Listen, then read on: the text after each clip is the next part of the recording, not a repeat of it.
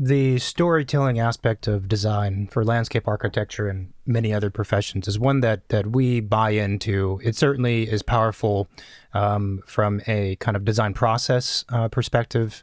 It's powerful and potent in terms of conveying ideas to clients, perhaps.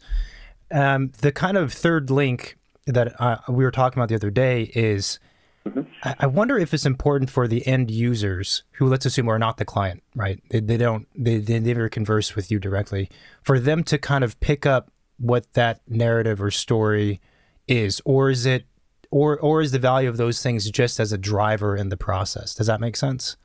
I do. I think it's both. We're not really into when you do storytelling, it creates a narrative and the spatial product of it all. But it's not about hitting someone over the head with the story that you're trying to convey. What it's about is piquing that curiosity of them, like, why is it this way? Why is all of a sudden that's a different material? Or I've never seen that before. Why am I processing in my brain that this is something special or this is something different?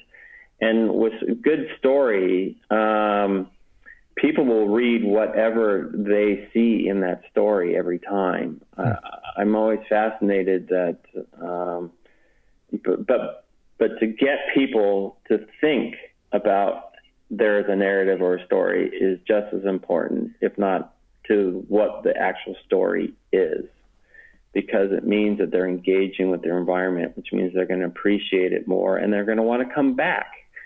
I mean, the whole point is that with the story, you don't usually get to the end all the time. It tends to ramble on, and so every time you pick up that book to read, it's all fresh. So that's part of creating landscapes and environments that want people to come back and revisit and create their own stories in.